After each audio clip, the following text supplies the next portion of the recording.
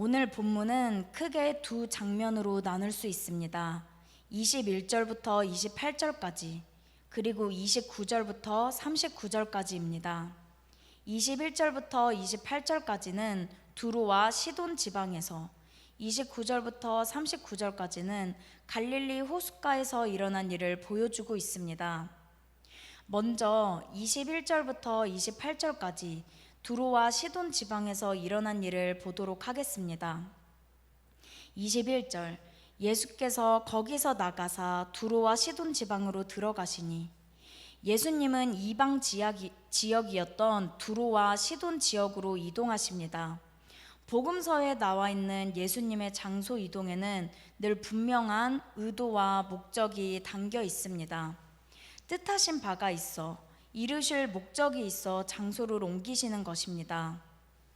그렇게 목적을 갖고 두로와 시돈 지역에 도착하셨을 때 한 가나안 여인이 예수님께 소리칩니다. 22절, 주 다윗의 자손이여 나를 불쌍히 여기소서, 내 딸이 흉악하게 귀신 들렸나이다. 이 이방 여자는 예수님을 주 다윗의 자손이라 부릅니다. 주라는 호칭은 매우 높은 존경의 표현이었습니다. 뿐만 아니라 예수님을 다윗의 자손이라 부르는 것은 이방인에도 불구하고 예수님에 대한 이해가 있었음을 보여주는 것입니다. 이 당시 유대인들은 이방인들을 무시했지만 그들에게는 메시아에 대한 갈망과 이해가 있었습니다. 놀라운 부분입니다. 그러나 이후 이어지는 예수님의 태도는 성경을 읽는 우리를 더 놀라게 합니다. 24절, 예수께서 대답하여 이르시되 나는 이스라엘의 집에 잃어버린 양 외에는 다른 데로 보내심을 받지 아니하였노라. 간절히 부르짖는 여인의 외침에 예수님은 냉소적인 반응을 보이십니다. 그리고 이러한 반응에도 불구하고 이 여자는 주님 앞에 더 간절히 엎드립니다. 그러자 예수님께서 이번에는 이렇게 말씀하십니다. 26절, 자녀의 떡을 취하여 개들에게 던짐이 마땅하지 아니하니라. 간청하고 있는 여인을 개로 비유하며 한 번 더 냉소적인 반응을 보이십니다. 우리가 알고 있는 예수님의 모습과는 너무 다릅니다. 따뜻하시고 사랑이 많으신 주님께서 왜 이렇게 말씀하시는 걸까요? 우리는 그 의도를 발견해야 합니다. 27절, 28절입니다. 여자가 이르되 주여 올소이다마는 개들도 제 주인의 상에서 떨어지는 부스러기를 먹나이다 하니, 이에 예수께서 대답하여 이르시되 여자여 내 믿음이 크도다, 내 소원대로 되리라 하시니 그때로부터 그의 딸이 나으니라. 여자는 자신을 끝까지 낮추며 예수님께 계속해서 은혜가 필요하다고 간청합니다. 그리고 예수님은 말씀하십니다. 여자여 내 믿음이 크도다, 내 소원대로 되리라. 예수님은 결국 여인의 딸을 고쳐주십니다. 형제 자매님들, 오늘 이 본문은 우리에게 무엇을 말씀해주고 있는 걸까요? 예수님의 의도는 도대체 무엇이었을까요? 이것을 알기 위해 우리는 15장 전체의 문맥과 흐름을 봐야 하는데요. 예수님께서 두로와 시돈으로 오시기 전에 어떤 일이 있었는지 보도록 하겠습니다. 15장 1절과 2절입니다. 그때 바리새인과 서기관들이 예루살렘으로부터 예수께 나와 이르되 당신의 제자들이 어찌하여 장로들의 전통을 범하나이까? 떡 먹을 때 손을 씻지 아니하나이다. 바리새인과 서기관들은 예수님과 제자들을 찾아와 전통을 지키지 않는 것에 대해 지적합니다. 예수님이 마음에 들지 않았던 그들이 시비를 걸고 있는 것입니다. 그런 그들에게 예수님은 이렇게 말씀하십니다. 7절부터 10절입니다. 외식하는 자들아, 이사야가 너희에 관하여 잘 예언하였도다. 일러스되 이 백성이 입술로는 나를 공경하되 마음은 내게서 멀도다. 사람의 계명으로 교훈을 삼아 가르치니 나를 헛되이 경배하는도다 하였느라 하시고, 유대인 중 유대인이라 불렸던 자들에게서 예수님은 외식하는 자들이라 말씀하십니다. 이 백성이 입술로는 나를 공경하되 마음은 내게서 멀다고 책망하십니다. 나를 헛되이 경배하고 있다고 다그치십니다. 오랜 시간 하나님의 은혜가 주어졌던 이스라엘 백성이었지만, 유대인들이었지만 그들은 하나님을 헛되이 경배하고 있었습니다. 그들은 그토록 고대하던 메시아가 눈앞에 있는데 그들은 그 메시아를 알아보지 못했습니다. 바로 이것이 두로와 시돈에 오시기 전 15장 전반부에 나타나고 있는 일입니다. 그리고 21절을 기점으로 15장 후반부에는 그런 유대인들과의 모습과는 상반된 완전히 다른 모습이 대조되어 나타나고 있습니다. 27절, 여자가 이르되 주여 올소이다마는 개들도 제 주인의 상에서 떨어지는 부스러기를 먹나이다. 한 이방 땅의 가나안 여인, 이 이방 여인의 모습은 어떻습니까? 예수님의 냉소적인 반응에도 불구하고 예수님만을 구하고 있습니다. 예수님, 맞습니다. 제가 개입니다. 그러나 당신의 은혜의 부스러기라도 받길 원합니다. 은혜 아니면 안 됩니다. 라는 태도입니다. 예수님을 거절하는 것이 아니라 예수님만을 꼭 붙잡고 있는 태도입니다. 그리고 결국 그런 그녀는 이방인임에도 불구하고 주님의 은혜를 누리게 됩니다. 네, 바로 이 지점입니다.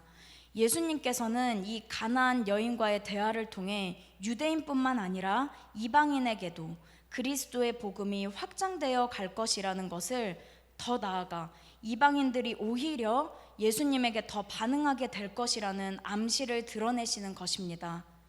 두로와 시돈으로 장소를 옮기셨던 의도, 이 여인에게 냉소적으로 반응하셨던 이유가 바로 여기 있는 것입니다. 유대인에게로 좁아지는 그 구원의 역사를 넓혀 이방인에게까지, 온 열방에까지 확장시키시는 것입니다. 그렇습니다. 하나님께서는 이스라엘이라는 한 민족을 택하사 구원의 역사를 이어오셨지만 이 역사는 그들만의 것이 아니었습니다. 하나님은 처음부터 그들로 하여금 온 열방에 구원의 복이 이르게 하기를 원하셨습니다. 출애굽한 이스라엘 백성에게 하나님은 선포하셨습니다. 출애굽기 19장 6절 말씀입니다. 너희가 내게 대하여 제사장 나라가 되며 거룩한 백성이 되리라. 이스라엘의 사명은 분명했습니다. 다른 나라를 하나님께로 이끄는 제사장 나라의 사명이요, 온 열방이 주를 예배하게 하는 것, 그것이 이스라엘 민족을 통해 이뤄가시고자 했던 하나님의 목적이었던 것입니다. 크리스토퍼 라이트라는 신학자는 창세기 12장을 주석하며 이렇게 말합니다. 하나님은 아브라함에게 말씀하고 계셨지만 그분의 눈은 온 세상을 향해 있었다. 처음부터 하나님의 눈은 온 세상을 향해 있었습니다. 그리고 바로 오늘 본문의 사건이 온 세상을 향한 하나님의 열심을, 유대인을 넘어 이방인에게까지 이르는 그 구원의 확장성을 드러내 보여주는 것입니다. 이것이 21절부터 28절까지 두로와 시돈 지방에서 일어난 사건의 의미입니다. 그리고 이러한 함의는 이어지는 29절부터 39절에서 또한 동일하게 나타납니다. 29절, 예수께서 거기서 떠나사 갈릴리 호숫가에 이르러 산에 올라가 거기 앉으시니, 같은 본문을 다루고 있는 마가복음에서는 이 호숫가가 구체적으로는 갈릴리 호숫가의 동남부 데가볼리 지역임을 말해주고 있습니다. 네, 이 지역 또한 유대인이 살지 않는 이방 지역이었습니다. 예수님은 두로와 시돈 지방을 들르신 뒤 또다시 이방 지역이었던 데가볼리 지방으로 향하십니다. 그리고 이 이방 땅에서 예수님은 30절, 31절에서 볼 수 있듯이 아픈 자들을 고쳐주십니다. 무려 3일 동안 예수님께 나오는 모든 이방 병자들을 친히 고쳐주십니다. 예수님은 유대인들만의 의사가 아니라 이방인들의 의사시기도 했습니다. 그리고 32절부터 39절까지 3일간의 시간 동안 함께 있었던 그 이방인 무리에게 놀라운 기적을 베푸십니다. 36절부터 38절까지입니다. 떡 7개와 그 생선을 가지사 축사하시고 떼어 제자들에게 주시니 제자들이 무리에게 주매 다 배불리 먹고 남은 조각을 7강주리에 차게 거두었으며 먹은 자는 여자와 어린이 외에 4,000명이었더라. 이방인들에게 7병이어의 기적을 베푸십니다. 바로 전장인 14장에서 유대인들에게 베푸셨던 5병이어의 기적에 이어 15장에서 예수님은 이방인들에게도 동일하게 7병이어의 기적을 베풀어 주시는 것입니다. 오늘 본문 말씀 가운데 우리는 분명히 보아야 합니다. 두로와 시돈, 데가볼리 이방 지역을 친히 찾아가신 예수님을요. 그리고 이방인이었던 자들에게도 동일하게 은혜와 사랑을 베풀어 주셨음을요. 설교를 맺겠습니다. 오늘 말씀을 통해 두 가지를 기억합시다. 첫 번째, 온 열방을 향한 하나님의 구원 역사를 기억합시다. 하나님의 구원은 유대인들만의 것이 아니었습니다. 유대인을 넘어 이방인에게까지 온 세상 끝까지 임하시는 놀라운 은혜입니다. 그 광대하신 하나님의 구원의 역사가 바로 오늘날 우리에게까지 임한 것입니다. 그러므로 우리 모두가 온 열방을 덮는 그 하나님의 구원 역사를 기억하고 찬양하며 또 동참하면 좋겠습니다. 두 번째입니다. 우리 모두는 예수님이 간절히 필요하다는 것입니다. 우리가 취할 수 있는 태도는 둘 중 하나입니다. 바리새인과 서기관들처럼 예수님이 필요 없다는 태도이거나 오늘 본문의 가나안 여인처럼 예수님께서 주시는 은혜의 부스러기라도 꼭 필요합니다 라는 태도입니다. 어떤 태도로 인생을 사시겠습니까? 원하기는 모두가 가나안 여인처럼 우리의 약함과 악함을 인정하고 우리의 유일한 구원자시오 의사 되신 예수님께 나아가면 좋겠습니다. 이 시간 말씀을 기억하시며 기도합시다.